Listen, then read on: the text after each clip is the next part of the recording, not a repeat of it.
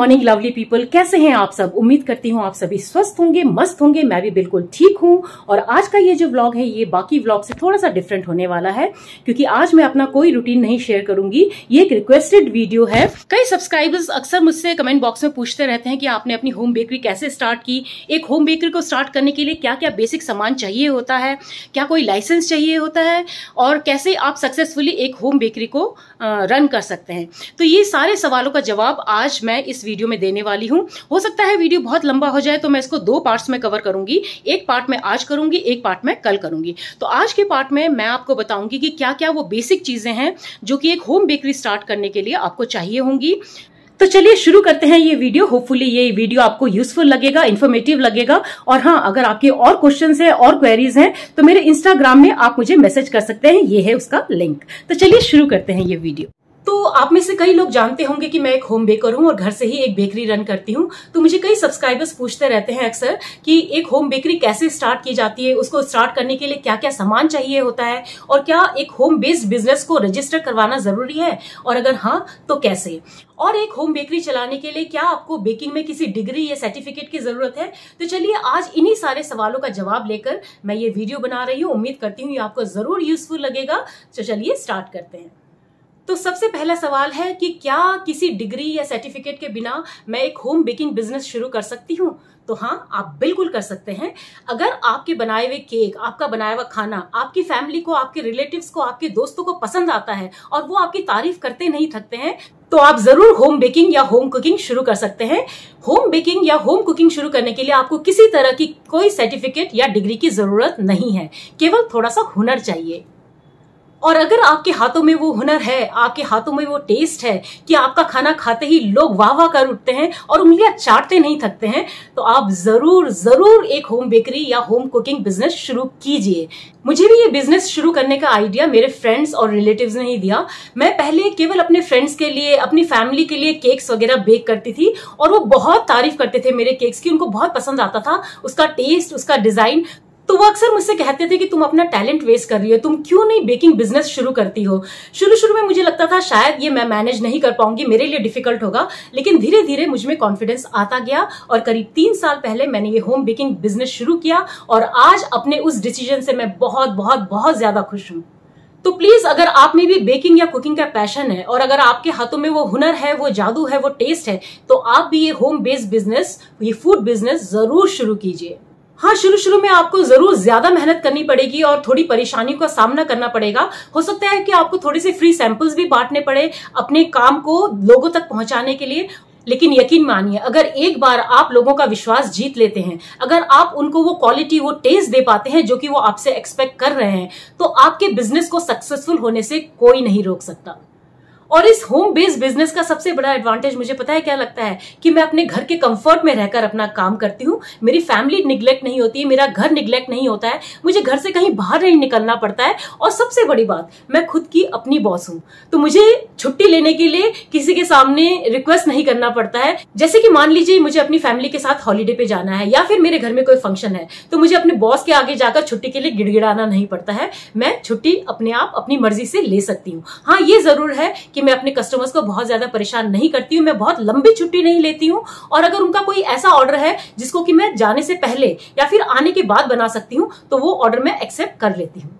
अगर आप घर से बाहर निकलकर कोई काम कर रहे हैं, कोई जॉब कर रहे हैं, तो उसमें आपका काफी टाइम निकलता है, काफी टाइम आपको उसके लिए स्पेयर करना पड़ता है। साथ ही में आपकी फैमिली, आपका घर सब निग्लेक्ट होता है। लेकिन यहाँ देखिए, घर के कंफर्ट में बैठे बैठे मैं अपना पैशन फॉलो करते हुए हजारों रुपए महीने में कमा रही हूँ। लेकिन हाँ, इस तरह का कोई भी फूड बिजनेस घर से शुरू करने से पहले आपको उसके बारे में बेसिक नॉलेज होना बहुत जरूरी है, और उस बिजनेस को रन करने के लिए आपको क्या क्या बेसिक सामान चाहिए उसके बारे में नॉलेज होना बहुत जरूरी है, और फूड लाइसेंस लेना बहुत जरूरी है, ताकि आपका जो बिजनेस है वो गवर्नमेंट से अप्रूव हो सके और आप बिना किसी डर के, बिना किसी झिझक के अपना बनाया हुआ सामान लोगों तक पहुंचा सके।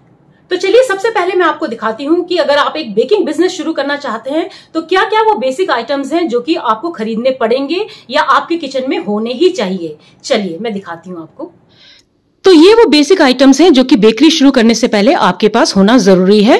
तो चलिए एक एक करके मैं आपको बताती हूँ। सबसे पहले केक बेक करने के लिए आपके पास होना चाहिए केक टिन। तो इस तरह के राउंड टिन्स, इस तरह के ड्राई केक्स के लिए रेक्टेंगुलर टिन आप खरीद सकते हैं। अगर आप शुरू में केक टिन्स पर इन्वेस्ट नहीं करना चाहते हैं तो आपके घर में इस तरह के स्टील बोल्स भी होंगे, उनको भी आप केक बेक करने के लिए यूज कर सकते हैं।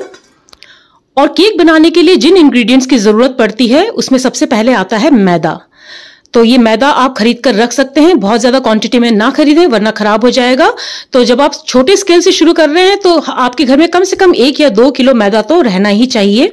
आप चाहे तो मैदा खरीदने की जगह प्रीमिक्स भी खरीद सकते हैं। आपको किसी भी बेकरी आइटम सप्लायर की दुकान में केक प्रीमिक्सेस मिल जाएंगे और हर फ्लेवर में मिल जाएंगे। तो वो रेडी टू बेक प्रीमिक्सेस होते हैं और अगर आप प्रीमिक्स ले रहे हैं तो फिर आपको मैदा खरीदने की जरूरत नहीं है। और मैदे के बाद बारी आती है एसेंस की। तो डिफरेंट फ्लेवर्स में आप एसेंस खरीद के रख सकते हैं। सबसे ज्यादा कॉमनली जो यूज होता है वो है वेनिला एसेंस। अदरवाइज अगर फ्लेवर्स के केक आप बना रहे हैं तो पाइनएप्पल एसेंस, स्ट्रॉबेरी एसेंस, इस तरह के एसेंस आप खरीद के रख सकते हैं। और एसेंस के बाद बारी आती है बेकिंग पाउडर और बेकिंग सोडा की। बेकिंग पाउडर और बेकिंग सोडा का ढक्कन जब आप एक बार खोल लें तो उसको फिर आपने बहुत अच्छे से टाइट करके बंद करना है यूज करने के बाद, वरना वो खराब हो जाएंगे। उसके बाद बारी आती है ये विपिंग क्रीम की। तो ये आपके पास कम से कम 1 या 2 डब्बे तो होनी चाहिए। ये ½ kg का है, तो इस तरह के आप लेकर रख लीजिए और इसको आपने फ्रीजर में रखना है। उसके बाद बारी आती है अगर आप चॉकलेट केक बना रहे हैं तो ये कोको पाउडर की। तो ये कोको पाउडर आपने लेना है। उसके बाद बारी आती है मेजरिंग कप्स और मेजरिंग स्पून्स की, क्योंकि केक में परफेक्ट मेजरमेंट बहुत बहुत ज्यादा जरूरी है। तो उसके लिए मेजरिंग कप और मेजरिंग स्पून्स होना बहुत जरूरी है। उसके बाद बारी आती है केक डेकोरेशन के लिए इन नोजल्स की। तो इस तरह के नोजल्स का आप इस्तेमाल कर सकते हैं, इनको खरीद सकते हैं, बहुत सस्ते आते हैं, बहुत ज्यादा महंगे नहीं आते हैं। और आप किसी होलसेलर की दुकान से ही खरीदें तो आपको काफी सस्ते दाम में ये मिल जाएंगे। उसके बाद बारी आती है इस तरह के केक टॉपर्स की। वैसे तो मैं हाथ से भी लिख लेती हूँ कई बार, लेकिन अगर आपको हाथ से लिखने में कॉन्फिडेंस नहीं है तो आप इस तरह के केक टॉपर्स खरीद सकते हैं। और केक बोर्ड्स की, ये बहुत जरूरी है। अगर आप अपना केक बेच रहे हैं, सेल कर रहे हैं, तो उसको अच्छी तरह से देना भी बहुत जरूरी है, अच्छी तरह से प्रेजेंट करना जरूरी है। तो उसके लिए ये केक बोर्ड्स आपको जरूर चाहिए होंगे। और उसके बाद आप इस तरह के डार्क चॉकलेट कंपाउंड या फिर व्हाइट चॉकलेट कंपाउंड भी खरीद कर रख सकते हैं, ये भी केक डेकोरेशन में काम आते हैं। और सबसे इंपॉर्टेंट इंग्रेडिएंट है ये जेल कलर्स। जब आप कलरफुल केक्स बनाते हैं तो इन जेल कलर्स का ही आपने इस्तेमाल करना है। तो इस तरह के जेल कलर्स आप खरीद के रख सकते हैं। ये है हैंड बीटर। तो जब आप व्हिपिंग क्रीम को व्हिप करते हैं तो इस हैंड बीटर की आपको जरूरत पड़ेगी। 350 वॉट से ऊपर का हैंड बीटर आपने लेना है, उससे कम का अगर आप लेंगे तो आपका व्हिपिंग क्रीम जो है अच्छे से व्हिप नहीं होगा। और फिर बारी आती है इस तरह के पाइपिंग कोन्स की। आप चाहे तो मिल्क बैग से भी इस तरह के पाइपिंग कोन्स बना सकते हैं। और वैसे ये बेकरी आइटम सप्लायर की दुकान में भी आपको आराम से मिल जाएगा, काफी सस्ते होते हैं, बहुत महंगे नहीं होते हैं। तो ये कोन्स खरीद कर भी आप रख लें। और केक डेकोरेशन में इस तरह के चॉकलेट स्प्रिंकलर्स की भी बहुत जरूरत पड़ती है, काफी हैंडी होते हैं ये डेकोरेशन के लिए। तो इस तरह के स्प्रिंकलर्स आप खरीद के रख सकते हैं।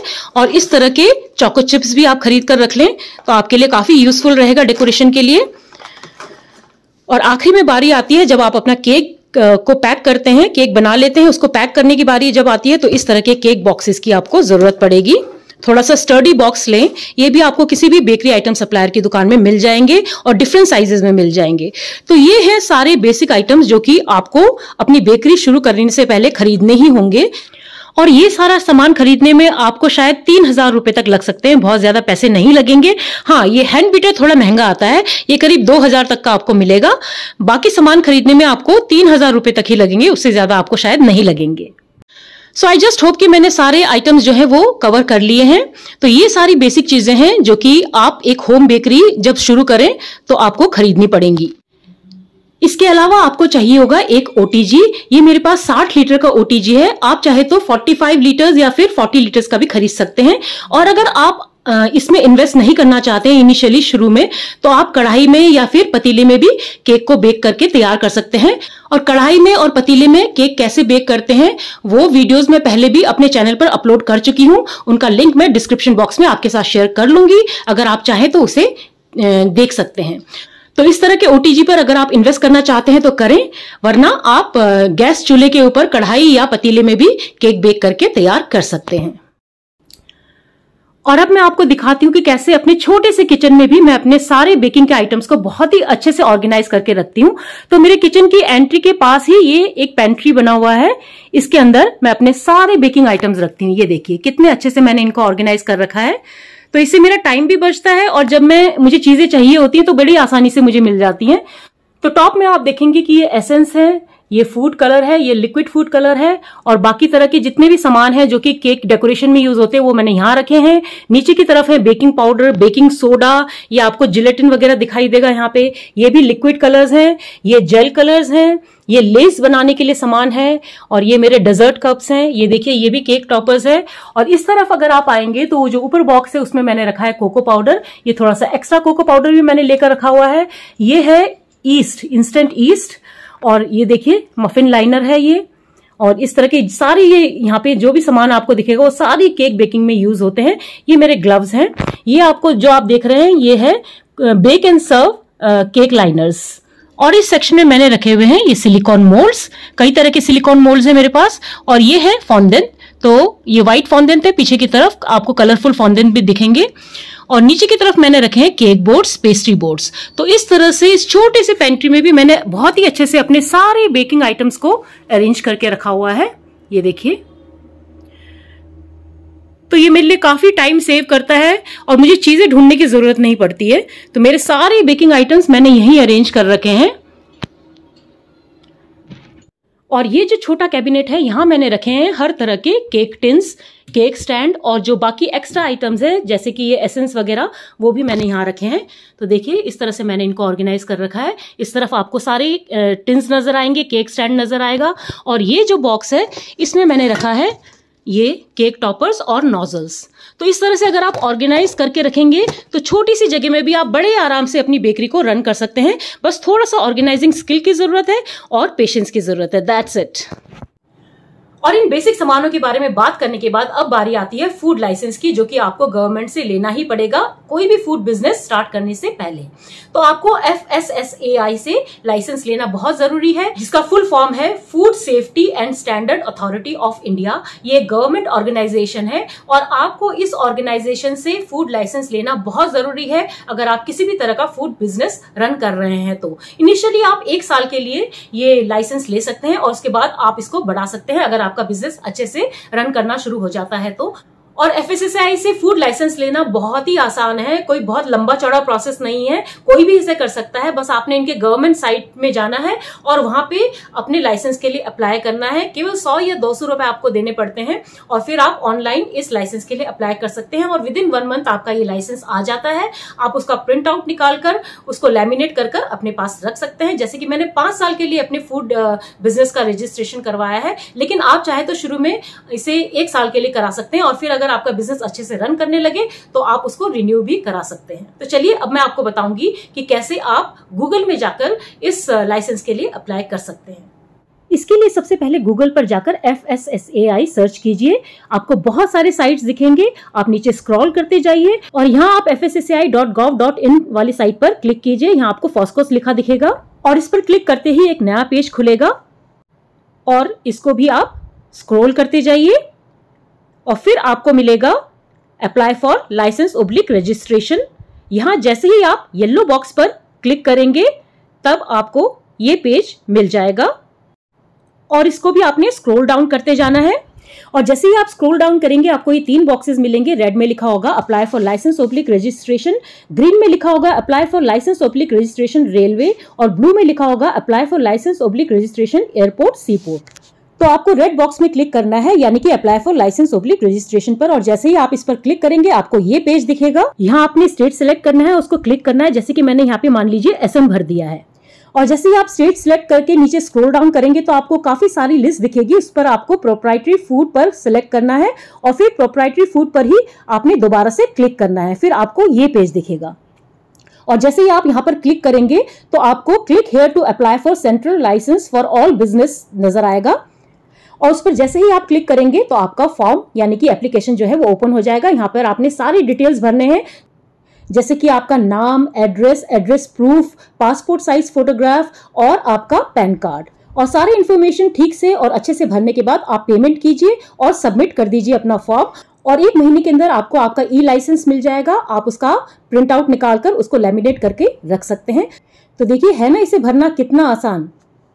और अपने फूड लाइसेंस का स्क्रीनशॉट मैं यहाँ ऊपर स्क्रीन में आपके साथ शेयर कर रही हूँ। इसी तरह का सर्टिफिकेट आपको भी मिलेगा। तो अगर आप ये फूड बिजनेस शुरू करना चाहते हैं तो मन बना लीजिए और जल्दी से जल्दी इस लाइसेंस के लिए अप्लाई कर दीजिए।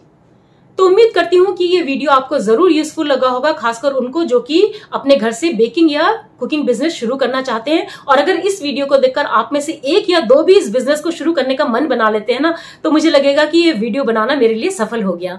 तो आज का ये वीडियो थोड़ा लंबा हो गया है, लेकिन उम्मीद करती हूँ कि यूजफुल और इन्फॉर्मेटिव रहा होगा आपके लिए। इसका पार्ट 2 लेकर मैं कल आऊंगी, तो तब तक के लिए मेरे साथ बने रहिएगा। और अगर ये वीडियो आपको थोड़ा सा भी यूजफुल लगा है तो इसको लाइक, कमेंट और शेयर कर दीजिएगा, और मेरे चैनल को सब्सक्राइब करना मत भूलिएगा। तो चलिए मिलते हैं कल के वीडियो में। तब तक के लिए अपना ख्याल रखिए।